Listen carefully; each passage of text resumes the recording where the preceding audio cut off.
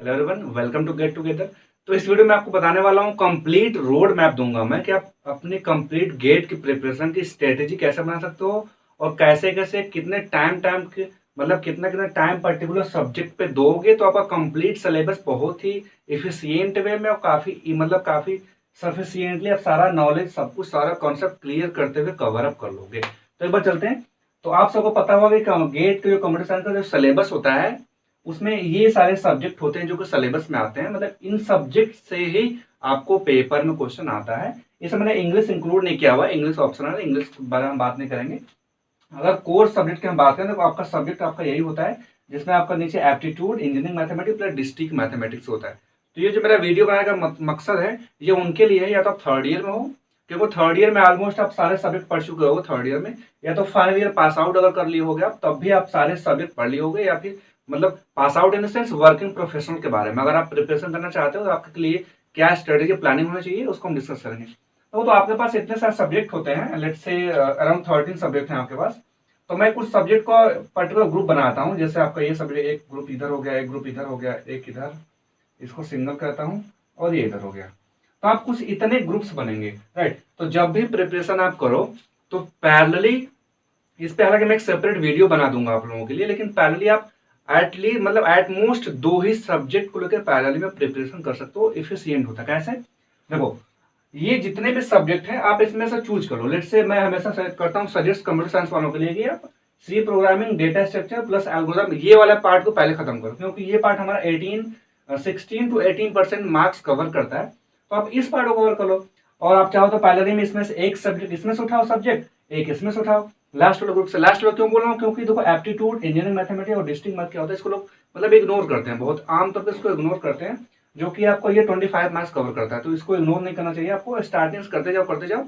कुछ लोग बोलते हैं कि आपको इसको 10 दिन में प्रिपेयर कर लोगे, ऐसा कुछ नहीं होता है, आपको स्टार्टिंग करना होगा ये वाला पार्ट भी। तो आप इसको क्या हो, एक सब्जेक्ट आप यहां से उठाओ, एक सब्जेक्ट आप यहां से उठाओ, दो सब्जेक्ट आप पैरेलली स्टार्ट कर सकते हो। कैसे, देखो अगर आप डेली 5 to 6 आवर पढ़ते हो, डेली 5 to 6 आवर मतलब कि आप 5 घंटे एक दिन में पढ़ रहे हो, कभी 6 घंटे, लेकिन आपको कॉन्सिस्टेंट रहना पड़ेगा। कॉन्सिस्टेंट है तो ये तो आपको भी पता होगा कॉन्सिस्टेंट, ये नहीं कि आप एक दिन पढ़े फिर 5 दिन पढ़े नहीं, तो ऐसा नहीं होता है। तो आपको कॉन्सिस्टेंट रहना पड़ेगा। अगर आप 5 घंटे पढ़े तो डेली डेली 5 घंटे पढ़ो, अपना टाइम एक निकाल लो कि आपको अपने बिजी शेड्यूल में से आपको कब टाइम मिलता है, तो आप उस टाइम को निकालो। हालांकि मैं हमेशा प्रीफर करता हूँ मॉर्निंग टाइम, तो आप भी मॉर्निंग टाइम प्रीफर कर सकते हो अगर चाहो तो। हालांकि इस पर मैं आपको डिटेल में बाद में बताऊंगा इसका बेनिफिट कैसे होता है। देखो, तो अगर आप 5 to 6 आवर डेली पढ़ते हो तो आपको 15 to 20 डेज लग जाएंगे एक सब्जेक्ट खत्म होने में। सिंगल सब्जेक्ट खत्म होने में 15 to 20 डेज लग जाएंगे। मतलब कुछ सब्जेक्ट ऐसे होंगे इसमें से जो कि 14 डेज में खत्म कर लोगे आप, कुछ ऐसे होंगे जो 17 डेज में खत्म करोगे, और कुछ स्टूडेंट ऐसे भी होते हैं जो कि 15 डेज में ही सीओई खत्म कर देते हैं, कुछ स्टूडेंट ऐसे होते हैं जो 17 डेज में कंपाइलर डिजाइन खत्म कर रहे होते हैं।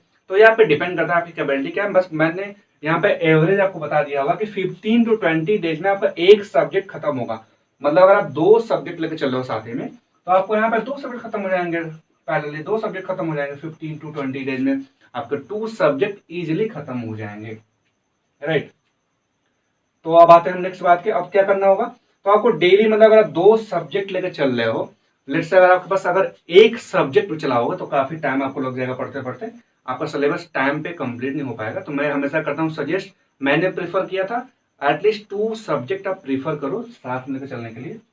तो दो सब्जेक्ट आप चलते हो तो दो सब्जेक्ट में आप 2 घंटे तो देना पड़ेगा, एक सब्जेक्ट में स्टार्टिंग में आपको देना ही देना पड़ेगा 2 आवर्स पर सब्जेक्ट।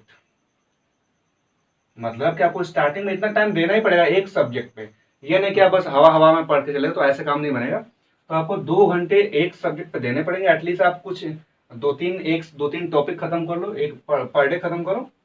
और अगर आपको टाइम मिल रहा है, अगर आप ज्यादा कर रहे हो तो आप 1 घंटे हर एक सब्जेक्ट में प्रैक्टिस कर सकते हो। 1 घंटे इन द सेंस आप प्रीवियस ईयर उठाओ, प्रीवियस ईयर क्वेश्चन उठाओ उस पर्टिकुलर टॉपिक पे, प्रीवियस ईयर क्वेश्चन। जैसे मतलब सी प्रोग्रामिंग में ऑपरेटर पढ़ रहे हो, तो सी प्रोग्राम में आपका ऑपरेटर, डेटा टाइप्स, वेरिएबल सब खत्म हो गया, यहाँ तक आपका कंडीशंस खत्म हो गए, तो आप सिंपली प्रीवियस ईयर उठा वहाँ पे लगाना शुरू कर दो। आप मतलब डेटा सेक्शन में स्टैक तक पढ़ लिए, तो अब स्टैक तक प्रीवियस क्वेश्चन ढूंढो, उसमें लगाओ। मान लो कंपाइलर डिजाइन में आपने फर्स्ट एंड फॉलो पढ़ लिया, वहां तक पढ़ लिया आपने। मान लो आपने LR1 पार्सल पढ़ लिया, तो वहां तक क्वेश्चन लगाओ। तो कुछ नहीं करना, आपको 2 घंटे एटलीस्ट हर एक सब्जेक्ट में देने हैं, हर एक पर्टिकुलर सब्जेक्ट में देने हैं आपको। उसके बाद 1 घंटे अगर टाइम मिले आपको तो प्रैक्टिस करनी प्रैक्टिस है। अगर आप प्रैक्टिस नहीं भी कर पा रहे तो क्वेश्चन फाइंड आउट करो, आप वेबसाइट पे जाओ, गूगल पे जाओ, क्वेश्चन ढूंढो, मतलब आपको क्वेश्चन उस पर्टिकुलर टॉपिक को मिल जाते हैं। हालांकि अगर आप प्रीफर करो तो किसी भी प्रीवियस ईयर किसी भी कोचिंग इंस्टीट्यूट से बुक मंगा सकते हो प्रीवियस ईयर की, उसमें 30 से 35 साल का वो क्वेश्चन मिल जाता है, तो आप चाहो तो मंगा सकते हो।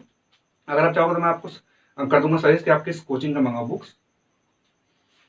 तो ये हमारा है तो हो गया। अब संडे क्या करना है, सैटरडे संडे क्या करना है, लेट्स से ये उनके लिए प्रीफर करता है। मान लो आप कॉलेज में 3rd ईयर में, आपका कॉलेज चल रहा है, मान लो आप वर्किंग प्रोफेशनल हो, आपका कॉलेज चल रहा है, लाइक जॉब चल रही है, तो सैटरडे संडे को आप रिवीजन मोड रखो। सैटरडे संडे को आप रिवीजन रखो सिंपली। मतलब आपने वीक में मंडे टू फ्राइडे जो कुछ भी लेक्चर पढ़ा हुआ है यूट्यूब से, लेट्स से मान लो आप मेरे यूट्यूब से फॉलो करो, मेरे यूट्यूब से मतलब गेट टूगेदर फॉलो कर लो, आप यहाँ से अपनी प्रिपरेशन कर लो। तो आप सैटरडे संडे क्या करो, सैटरडे संडे को जितने भी नोट्स बना प्रॉपर आप नोट्स बनाए हो आप मंडे टू फ्राइडे तक, उसको प्रॉपर रिवाइज करो। और रिवाइज करते करते ही शॉर्ट नोट बना लो उसी में। रिवाइज करते रहते, शॉर्ट नोट्स भी जरूरी होती है बनाने, क्योंकि बाद में फिर आप शॉर्ट नोट बनाओ तो काफी टाइम कंज्यूम होगा आपको। तो आप रिवीजन के मोड पे ही, लेट्स से आपने डेटा स्ट्रक्चर में स्टैक तक 1 वीक में खत्म कर दिया, 1 वीक में स्टैक तक आपका चैप्टर खत्म हो गया अच्छे से। तो आप प्रैक्टिस तो करते रहोगे डेली। सैटरडे क्या करोगे, आप रिवीजन करो, स्टैक तक आप पूरा फिर से रिवीजन करो जो पढ़े हो, और स्टैक तक रिवीजन करते करते स्टैक तक आप शॉर्ट नोट बना लो। Short note in the sense उसमें फार्मूला लिख लो, और इंपॉर्टेंट पॉइंट लिख लो। इससे फायदा क्या होगा, लेट्स से जब आपका नेक्स्ट वीकेंड आएगा, नेक्स्ट वीकेंड पे आपको रिवीजन करने, मान लो यहाँ पे लगा है 3 आवर्स लगा है, मान लो 4 आवर लगा है, मान लो आपको मान लो पहली बार यहाँ पर रिवीजन करने 4 आवर्स लग गए। तो अगर शॉर्ट नोट्स बना लो तो जो नेक्स्ट वीकेंड आएगा तो 4 आवर्स में आप जो पिछले वीक का तो पढ़ोगे, प्लस आप मान लो 1 घंटे और बढ़ गया इसमें नया वाला टॉपिक। तो आप जो पिछला वाला शॉर्ट नोट्स बना रहे हो तो 4 घंटे में ही आप इसको 30 मिनट में खत्म कर दोगे, पूरा कंप्लीट 30 मिनट में रिवीजन कर दोगे। ये होता है शॉर्ट नोट का बेनिफिट। तो शॉर्ट नोट आपको बनानी चाहिए। सिमिलरली आप सैटरडे संडे को भी रिवीजन मोड रख सकते हो अपना। और बेस्ट टाइम क्या होता है प्रिपरेशन करने के लिए, बेस्ट टाइम होता है मॉर्निंग का टाइम। अगर आप हमसे पूछोगे तो ये पूरा कंप्लीट स्ट्रक्चर आपका था, अगर आप ऐसे फॉलो करते हो तो आपको कंप्लीट हो जाएगा। आपको टोटल 13 सब्जेक्ट हैं, 13 सब्जेक्ट इन द सेंस आपको मतलब एक बार में आपको 20 दिन में आपको लेट्स से 20 दिन में आपका 6 सब्जेक्ट खत्म हो जाएगा। सॉरी 20 दिन में 6 कैसे हुआ है खत्म, 20 दिन में आपका 2 सब्जेक्ट खत्म हो रहे हैं हमारे, आपका सब्जेक्ट खत्म हो रहे हैं। तो आपके पास टोटल 6 सब्जेक्ट हैं, राइट। तो मतलब 120 दिन, 120 दिन मतलब कि 4 मंथ,